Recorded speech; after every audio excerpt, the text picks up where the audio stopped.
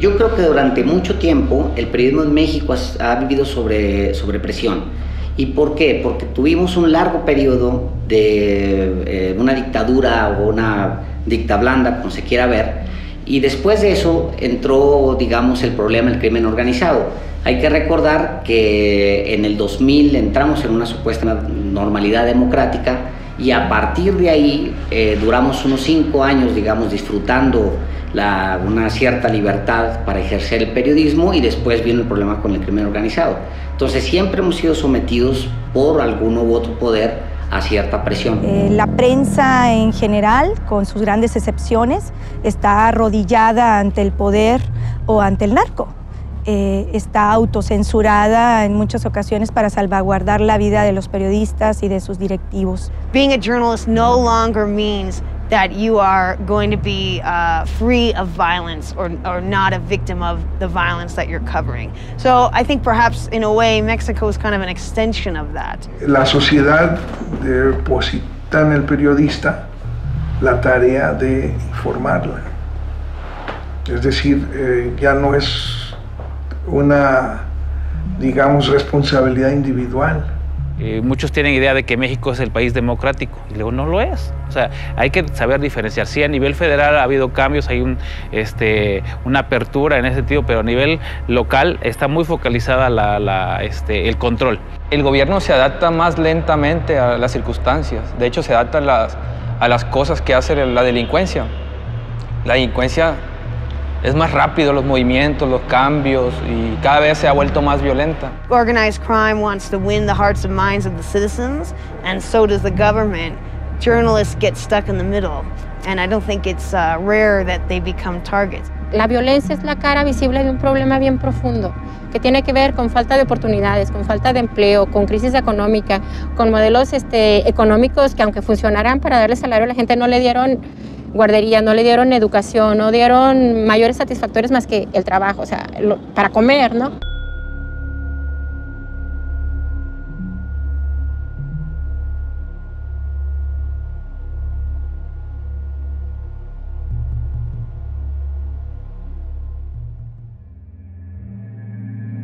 Pues en la casa era muy divertido. De pronto ahí nos poníamos a bailar con los niños, con sus hijos. Uy, no. Era un padre muy entregado, muy amoroso. Con sus hijos era muy buen padre. Armando lo asesinaron el 13 de noviembre del 2008 en el exterior de su casa, a bordo de su vehículo, cuando iba a llevar a su niña a la escuela, a sus hijos a la escuela. Él cubría la fuente policíaca y fue privado de la vida. Yo iba saliendo de la casa, iba a llevar a mi hija a la escuela y en eso me suena el celular y me dice: Pedro, me lo balearon. Me lo balearon. Y digo: ¿A quién? ¿Qué pasó? Dice: a Choco, me lo balearon, me lo balearon. Le digo: no te muevas, yo voy para allá. Oye, mamá, nosotros conocemos a la persona que mató a mi papá. No, le dije: no lo conocemos, no sabemos quién es. Ah, ¿y por qué lo mató? O sea, sí me han preguntado varias veces eso. Y pues yo lo que les puedo decir es pues porque es una persona mala que no sabe, que no reconoce el valor de la vida y aparte que estaba molesta por el trabajo que tu papá hacía. ¿Qué sabía Armando? Pues seguramente sabía mucho. ¿Y qué información privilegiada? No lo sé. Lo que sí sé es que él recogió mucho de la historia de la descomposición de Ciudad Juárez. ¿Y qué voy a decir? O sea, me van a preguntar qué pasa con la muerte de Armando, qué ha pasado con la justicia. Me van a preguntar, ¿y yo qué voy a decir? Pues ahí vamos, poco a poco, más tranquilos y saliendo adelante, pero siempre pues extrañando mucho a Armando, extrañándolo mucho y necesitándolo. En el momento en que se empieza a ver el periodismo como un negocio, el último de la cadena viene siendo el reportero. Y es un error, porque lo estamos dejando solo. cuando es de lo que se nutre obviamente una estructura editorial, ¿no? Las y los reporteros no tienen ningún tipo de protección. Partimos de la base de que ni siquiera tienen muy probablemente los mínimos de seguridad social, que no tienen derecho a la salud, que no están protegidos adecuadamente, cuyos directivos o editores en realidad no están preocupados por su integridad física, por las de sus familias, por su integridad incluso moral y emocional cuando cubren ciertos casos delicados, ¿no? ¿Cuánto gana un periodista que está anexado a una redacción con un sueldo? 2,000 pesos quincenales. No gana más. Yo creo que el periodismo nacional está muy jodido. Que qué lamentable que los dueños de comunicación no se interesen por su base, por los obreros. Nosotros somos los reporteros, somos el primer contacto con la gente, somos la primera cara de su empresa. Si tú vas y tratas de comprar un seguro de vida, en el momento en que les digas que eres periodista, te niegan que lo compres. O te ponen una cuota pero mucho, muy alta por el riesgo que representa ser periodista hoy. En muchas ciudades, la mayoría de las ciudades que están sometidas en este momento a la violencia, era un periodismo, como decimos en México, a la antigüita. Es un periodismo de nota diaria, es un periodismo que no prioriza la investigación, es un periodismo que no conoce la crónica, es un periodismo que conoce la entrevista siempre y cuando sea políticos, etc. Y así nos agarró. Los reporteros en automático pues le tuvieron que entrar, no hubo ni tiempo de ponerte a pensar qué está pasando, qué estoy sintiendo, qué está pasando con mi familia. Había que cubrir, ¿no? Como la Ciudad de México no está viviendo la violencia que tiene el resto del país, pues se pierde la perspectiva, ¿no?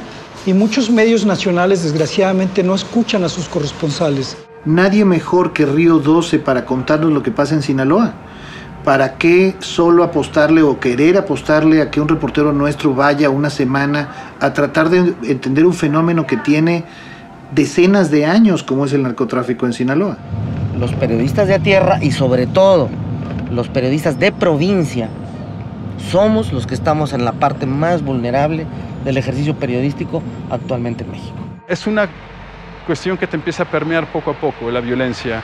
Se te va metiendo en tu ser, en tu psique, en un montón de cosas, ¿no?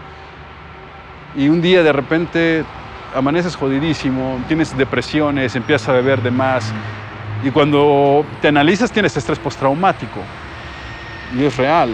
A lo mejor muchos de los colegas no lo hacen porque en esta cuestión también es como muy machista de, bueno, uno lo puede todo, a lo mejor, pero saben que también están jodidos. Nosotros a nivel nacional somos una noticia breve. Si alguien es levantado, si alguien es ejecutado, somos una breve. A mi padre lo mataron la mañana de un lunes. Fue después del Día del Padre. Lo mataron junto con mi madre. Mi padre a un lado, mi madre a un otro.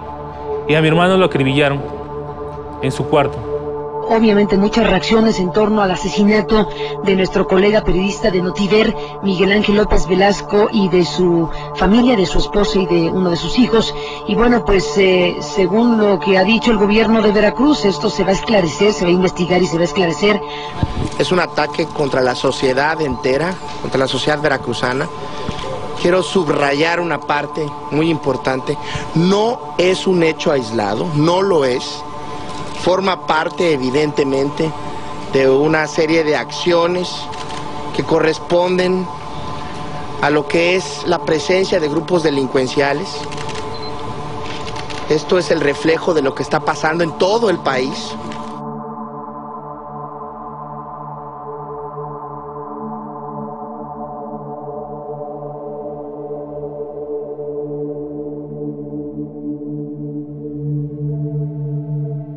Entrar a la casa que durante años viví en ella, ver la puerta destrozada, caminar entre los casquillos hasta llegar con mi padre y con mi madre, que estaban muertos. Busqué a mi hermano y luego lo encontré en el cuarto, igual, masacrado. Los reporteros policíacos pasamos de ser los muchachos que estábamos en el choque o cubriendo al ahorcado, o cubriendo el asesinato de una riña, a estar en medio de las balaceras, a cuidar nuestro lenguaje, a cuidar las palabras, a checar los contextos, para así no someternos a esta violencia, ¿verdad? Si te vas a algún lado, trata que siempre alguien sepa dónde estás. O sea, si vas a venir al centro, háblale a tu mejor amigo o que alguien sepa, por si te pasa algo, por lo menos sepamos dónde empezar a buscar, ¿no? Cuando hay un tiempo en el que está muy tranquilo, siempre estamos a la expectativa de que pueda llegar a pasar algo mucho más fuerte.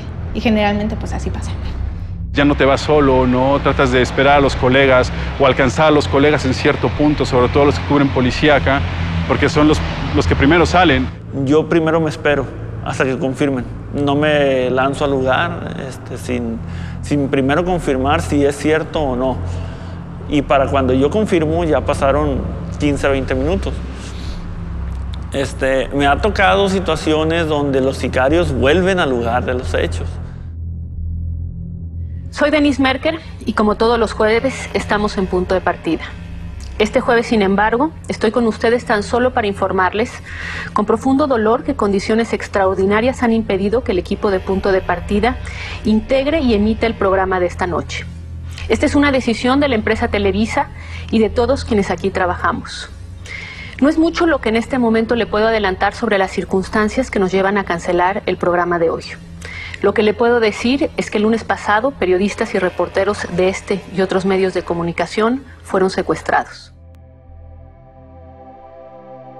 Hoy, en términos reales, en algunas zonas del país, la violencia ha llegado a tal nivel y los grupos de narcotraficantes tienen tal poder que publicar casi cualquier cosa sobre ellos se vuelve una especie de denuncia, una especie de delación desde la perspectiva de ellos, de lo que son sus actividades ilícitas, el señalar nombres, el señalar lugares, el señalar actividades, el señalar autoridades posiblemente coludidas, insisto, se ha vuelto para ellos información incómoda. Ellos son, en muchos lugares, casi el poder. A veces no es necesariamente autocensura, sino un simple acto inteligente de supervivencia, ¿no? Yo conozco colegas que han tenido que salir así y a quienes siempre le digo, sal corriendo. Ha habido contactos de los periodistas con quienes se dicen enviados o representantes de los grupos criminales. ¿Por qué? ¿Cómo? Esto se da no porque un periodista busque a estas personas, sino porque ellos se acercan a uno. Dejar de publicar un homicidio en primera plana no es autocensura.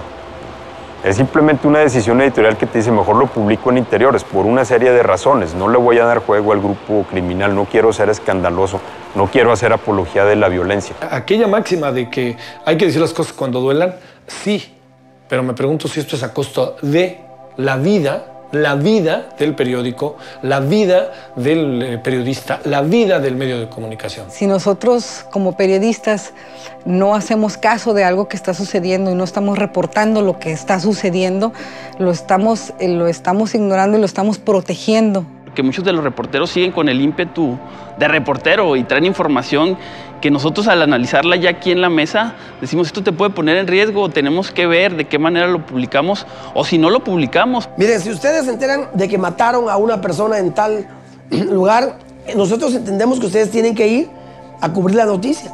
Es correcto.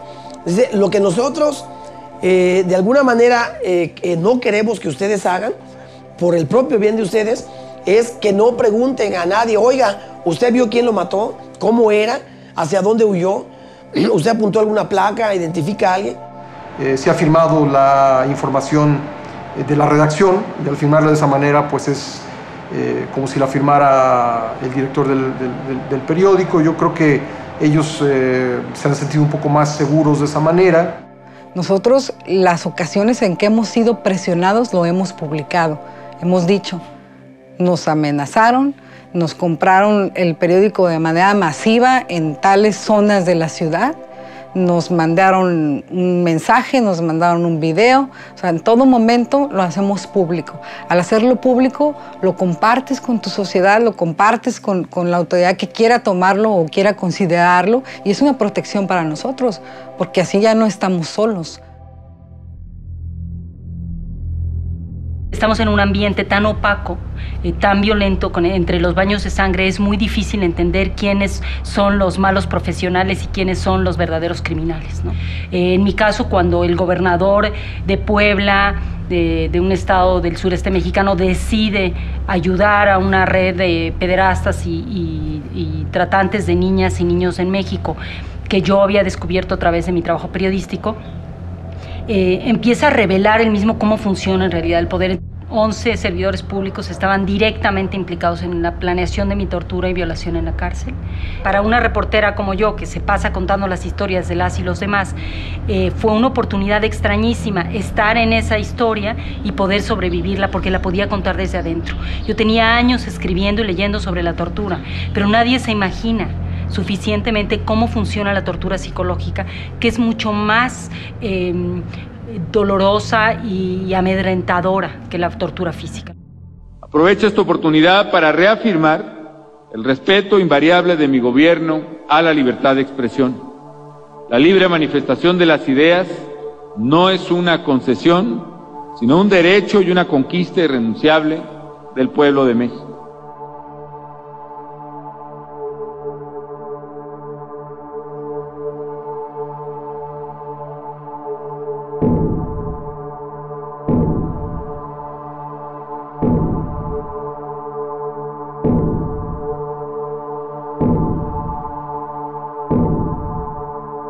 Quien te debe ayudar a realizar mejor tu labor es quien más te está presionando para que no lo hagas.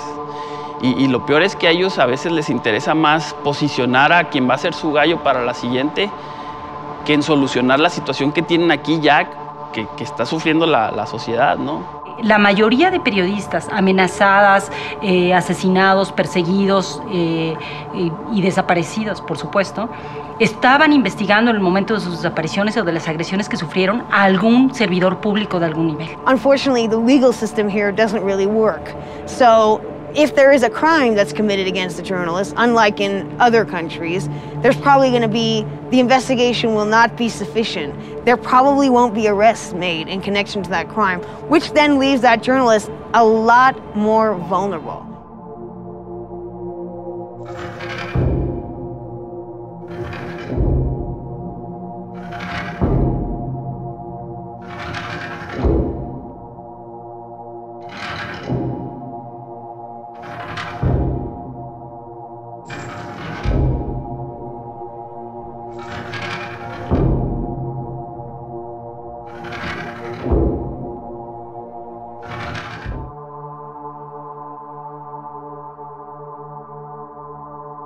La mayor frustración es enfrentarte a una autoridad con la que parece que no estás platicando o que no estás, o sea, con la que no estás respondiendo, ¿no? O sea, con la que nada más le estás dando información para ver cómo ellos coartan más lo que estamos haciendo, ¿no? El gran problema de los periodistas que han sufrido estas circunstancias o los medios de comunicación que lo han sufrido es que están entre dos fuegos. El fuego de aquellos que impunemente actúan, pero aquellos que permiten que actúen impunemente. El gobierno abona la impunidad. El gobierno no castiga a la policía, ni al ejército, ni a cualquier autoridad que amenaza o que permite que los narcos amenacen a los trabajadores de los medios de comunicación en la cobertura diaria de los hechos violentos. O sea, el gobierno es juez y parte.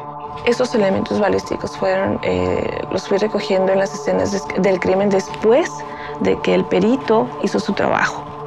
Y se les olvida o hacen un trabajo incompleto y la prueba de su deficiencia en cuanto al levantamiento de las evidencias en la escena del crimen, aquí están, ¿no? Se les olvida.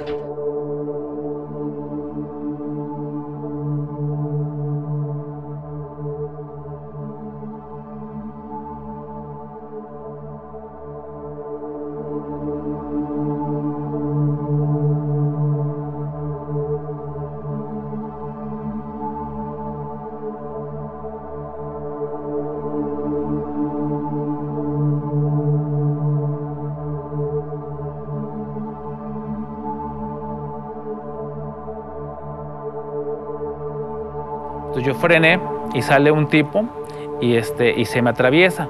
Y luego sale otro y entonces me encañona y el otro me dice que siga manejando. Nos vamos a un fraccionamiento más adelante y entonces ahí ya me bajan, me meten a la cajuela y me llevan a otro lado. No supe ya después a dónde me llevaron, estuvieron dando vueltas y vueltas y vueltas. Y ya en otro lugar me bajaron, me desnudaron, me amarraron de pies y manos y me volvieron a meter a la cajuela.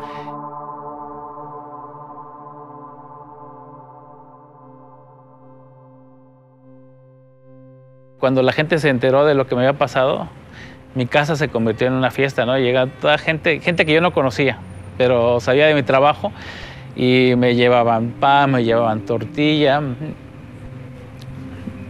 Fue algo muy chido que la gente te quiere, ¿no?